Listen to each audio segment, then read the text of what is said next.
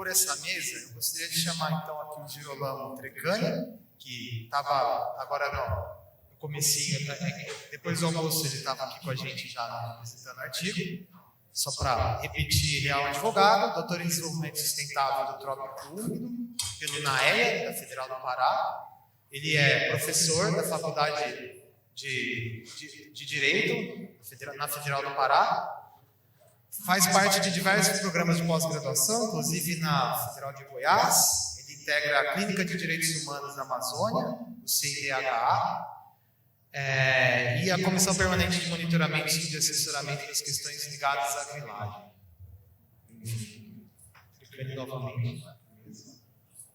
Eu também gostaria de chamar o Dr. José Carlos Ferreira dos Santos. Ele tem diversas formações, mas para o tema dessa mesa ele é um advogado da OAB STS de São Paulo, registrador de imóveis também no Mato Grosso e um especialista em direito notarial registral. Os cartórios da Amazônia, eles estão... existem os mesmos que em todas as demais regiões. A montagem, a organização, a estruturação deles diferencia, não pela Amazonas em si, mas isso muda de estado para estado. Pela lei, todos os municípios devem ter um registro civil de pessoas naturais. Com relação à regularização fundiária, no ano de 2009, nós tivemos a medida provisória 458, que foi convertida na lei 11.952, que trouxe uma evolução muito grande para essa questão da regularização na Amazônia. Mais recentemente, em 2017, a Lei 13.465, que é fruto da medida provisória 759, aqui já no governo Temer, que também alterou bastante a 952 e tornou possível alguns dos procedimentos para a regularização fundiária. Lá no Mato Grosso, nós temos um provimento da Corregedoria Geral de Justiça, que determinou a criação de uma comissão de regularização fundiária em todos os municípios. Esta comissão, nos municípios, é presidida pelo magistrado, fazem parte dela o promotor de justiça, o registrador de imóveis, o tabelião de notas, a OAB e alguns elementos ou partes da sociedade civil organizada que podem fazer parte com direito a voz e voto. E nem todos os municípios foi instalada a comissão. Depende muito do interesse do registrador, do tabelião, do promotor e do juiz. Quando não há um desses elementos, vai determinar, vai pedir, vai requerer, e a comissão é montada e discute-se e ela engendra o que pode ser feito em razão da realidade local. Haja vista que, como as cidades são muito distantes umas das outras, a realidade de uma cidade para outra lá também muda muito. E o Mato Grosso, de uma forma geral, ele é subdividido em porções que estão sendo desenvolvidas. Naqueles rincões mais longínquos, ainda estamos na extração da madeira. Depois desse, em outras regiões, a pecuária. E em outros, o agronegócio. E a gente ouve mais falar do agronegócio, porque ele é o mais rentável e ele tem outras benesses ainda, que é a alimentação do país e do mundo. Tá? Com relação à regulação fundiária rural, dois engenheiros do INCRA já comentaram hoje, mas nós temos, eu vejo os títulos que recebo no cartório, um termo de concessão de direito real de uso e um título de domínio. Tá? Hoje essas peças já vêm acompanhadas por mapa e memorial descritivo não certificado pelo CIGEF via de regra. Tá? Eles têm uma série de condições para que o indivíduo que recebe esses títulos possa aplicar e só então vender caso queira. Quem adquire esse imóvel, lá na nossa realidade, se percebe que não tem intenção de vender. Tá? Mas o título prevê uma inalienabilidade, ou seja, a proibição da venda durante 10 anos, onde ele deve manter a destinação agrária do imóvel, o respeito à legislação ambiental, não pode explorar mão de obra em situação análoga à de escravo e o pagamento que deve ser feito. Após isto, caso queira, o indivíduo Vende. Às vezes também ele vende não porque quer, mas porque urge outras necessidades que o obrigam. Tá? Existe uma condição resolutiva, que é averbada na matrícula, e essa venda, essa alienação, só pode ocorrer quando a condição resolutiva é baixada. Para ela ser baixada, existe um documento de quitação que o INCRA expede. Não sei como isso acontece em outros estados, mas no caso do Mato Grosso, eu imagino que em razão da demanda do INCRA e do pouco número de funcionários, às vezes passa-se aquele tempo todo, às vezes o adquirente cumpre todas as suas obrigações e o INCRA não consegue expedir essa baixa. Nós temos no perímetro urbano 2 tipos de regularização urbana trazidos pela Lei 13465 de 2017. Há muitos casos lá em que a área anterior era toda da União. A União doou a área para o município, porque o município já existe há décadas com toda uma infraestrutura, com uma população, às vezes, de dezenas de milhares de habitantes. Ninguém tem documento. Nem a prefeitura tem documento, o hospital, a cadeia pública, o fórum, o cartório de registro de imóveis, ninguém tem documento. Então, por força da lei então, 11952, algumas áreas foram doadas ao município e o município tem a obrigação de regularizar esses imóveis. Essa regularização pode ser a REURB-S, que é regularização urbana social, e regulação urbana específica. A social diz respeito àqueles casos em que os beneficiários são de uma população de baixa renda. O título é gratuito, não é cobrado tributo municipal, a lei dispensando. O título é emitido pela prefeitura, então não há necessidade de lavrar a escritura pública e o registro de imóveis também é gratuito. Tá? A população que não se enquadra nessa turma da baixa renda, a REURB específica e aí os imóveis são cobrados e também emolumentos são pagos no cartório. Bom, a desjudicialização, a Lei 11.977, lá no seu artigo 37, já instituía o sistema de registro eletrônico e ela deu um prazo. Isso deveria estar acontecendo desde julho de 2014. Né? E a recepção dos títulos e mesmo o fornecimento de certidões, desde aquela época, já deveria ser por meio eletrônico.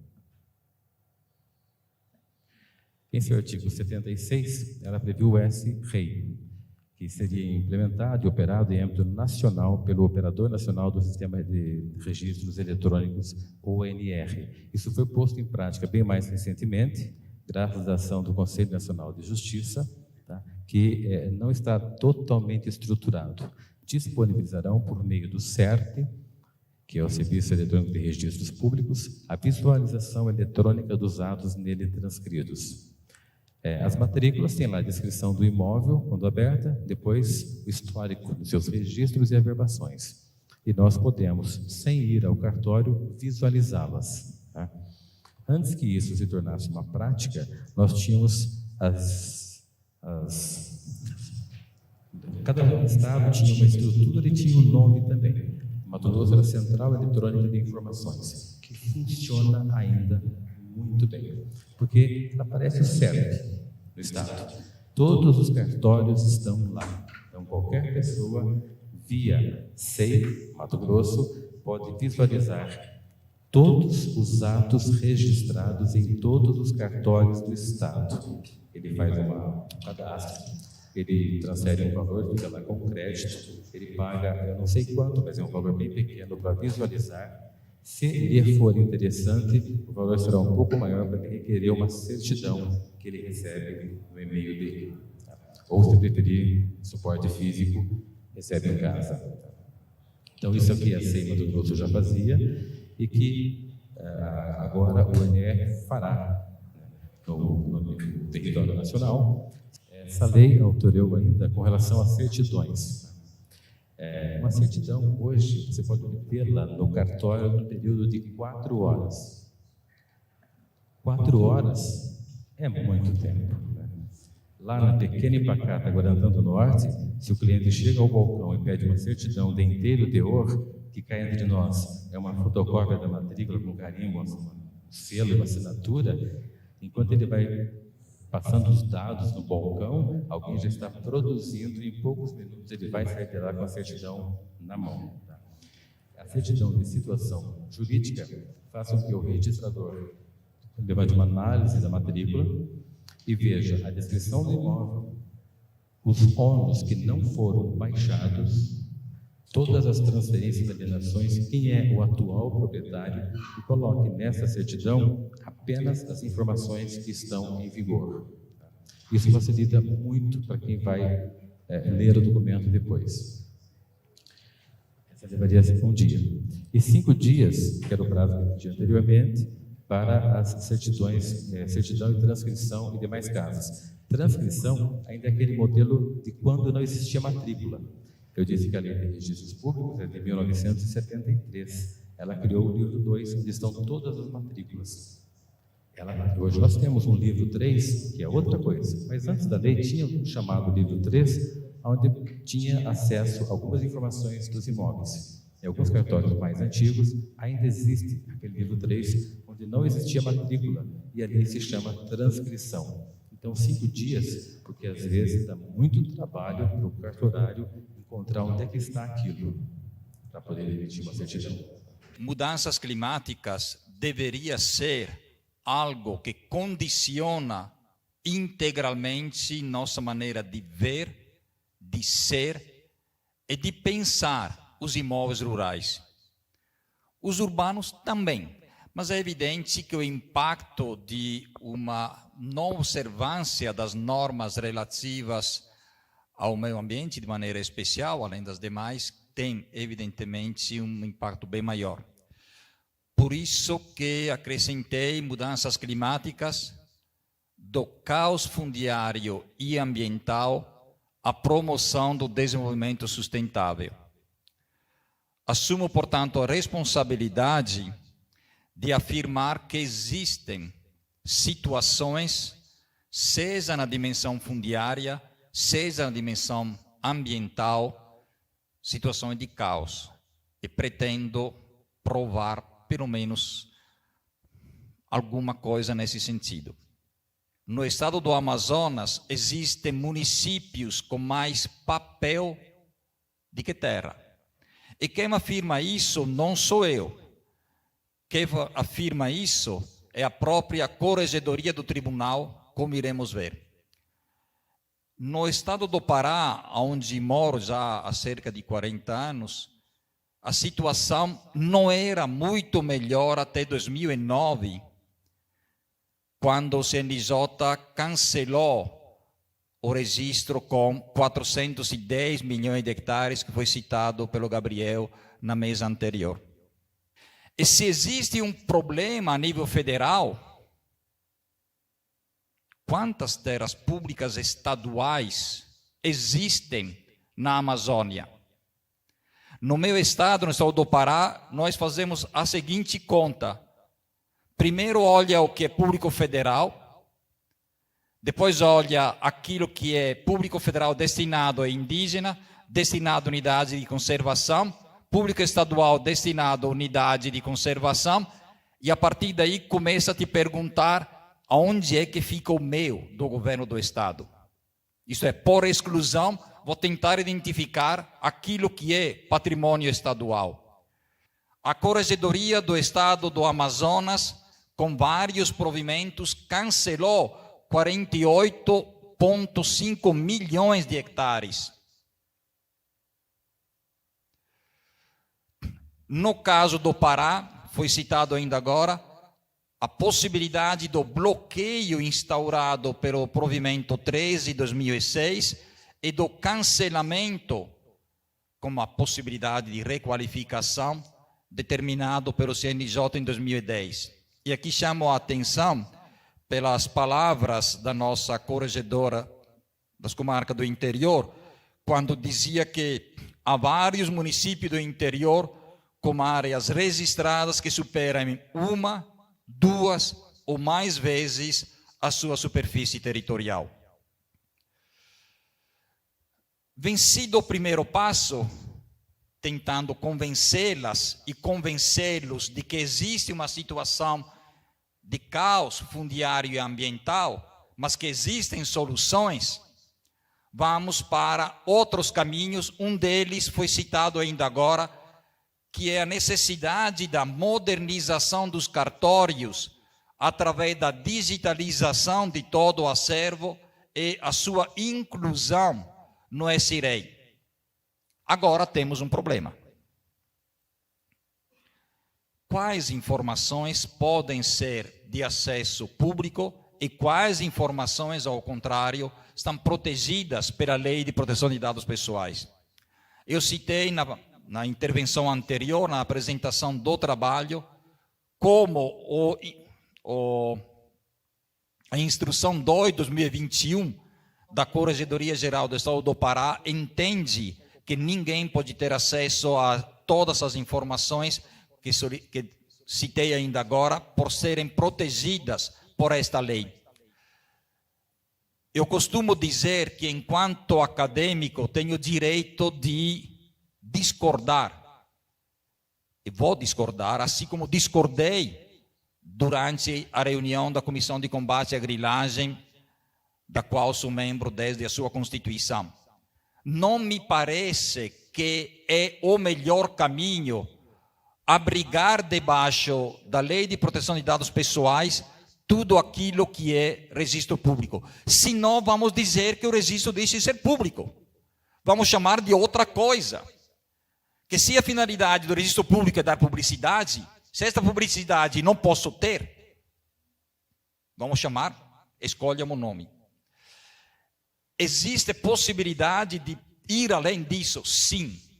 E nós, no Estado do Pará, provamos isso através de um sistema que a nossa universidade criou, denominado de SIG Fundiário, Sistema Geográfico de Informações Fundiárias, onde aglutinamos as informações do INCRA, do ITERPA e dos cartórios num único sistema, permitindo o cruzamento de informações.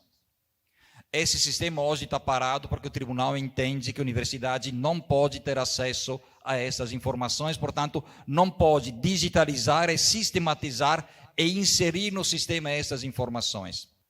E aqui vamos, já quase finalizando a minha apresentação, porque eu acho que o debate é a coisa mais importante, algumas sugestões. A primeira solução que eu defendo é a transparência. Não porque esse é um direito constitucional, também. Mas porque sem transparência não tem política pública. Sem transparência não tem participação popular. Sem transparência não tem o exercício da cidadania. Com todo o devido respeito, quando o Congresso Nacional carimba como orçamento sigiloso, está destruindo o conceito de democracia. Mas vamos àquilo que faz parte das diferentes considerações.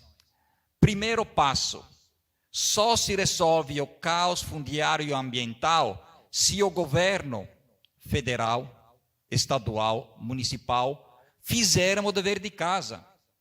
O que chamo fazer o dever de casa? Vamos identificar, georreferenciar, certificar e inserir no SIGEF todos os imóveis públicos e particulares, inclusive unidade de conservação, inclusive terra indígena, inclusive tudo aquilo que é imóvel tem que estar, senão eu não consigo, enquanto sociedade, fiscalizar a destinação dessas terras. Precisamos saber aonde todo mundo fica. E aí, de novo, teremos um problema. 2. Primeiro, como facilitar o acesso à informação? 2. Qual informação? De novo, volta à discussão que coloquei ainda agora. O que é público, passível, portanto, de apropriação aberta é o que tem que ser protegido. Feito isso, cumprido o poder público o dever de casa, O segundo passo é aquilo que já foi colocado hoje na mesa anterior, antes do almoço, que é o cadastro técnico multifinalitário. Não aguentamos mais criar cadastro todo dia que alguém levanta e acha que agora descobri a água quente, agora descobri a roda, vou fazer um cadastro sobre não sei o quê. Chega disso. Eu entendo que cada cadastro tem sua finalidade, portanto, eu não estou defendendo cancelar todos os cadastros, estou só defendendo que eles sejam integrados, que eles dialogam entre si. Evidentemente, o CAR terá como responsabilidade prioritária olhar se cumpre ou não as exigências ambientais. Evidentemente, o cadastro da Receita irá verificar se paga ou não ITR. Evidentemente, o cadastro do INCRA vai verificar, etc, etc, etc. Mas não aguentamos mais inventar cadastros que não refletem a realidade exatamente pela sua dispersão. Foi criado já várias vezes, mas recentemente, não sei exatamente a data, 2019, 2020, um grupo de trabalho interministerial com a presença da sociedade civil para discutir a congregação, a unificação desses cadastros. Não sei aonde chegou essa iniciativa. Sei que foram feitas várias reuniões, vi várias atas dessas reuniões. A questão do SERP já foi colocada. Eu acho que nós demos um passo muito grande para frente, na medida que unificamos com base nacional aquilo que antes, como dizia, estava disperso. Mas muita coisa ainda precisa ser feita. Por exemplo, como o SERP irá dialogar com o SIGEF? Porque de pouco adianta hoje discutir direito sem saber onde fica este direito, onde se localiza aquele imóvel. E isso o SIGEF faz, ou deveria fazer, acho que faz. E aqui a proposta que foi apresentada no texto que o Antônio Carlos apresentou antes desta mesa, que ele vai reiterar amanhã, é a questão de inserir o CAR de fato no registro. Vamos discutir ordenamento territorial mais do que emitir títulos, mais do que regularizar terra. Ordenamento territorial é saber qual é o patrimônio público e saber decidir como destinar e quais as prioridades para isso.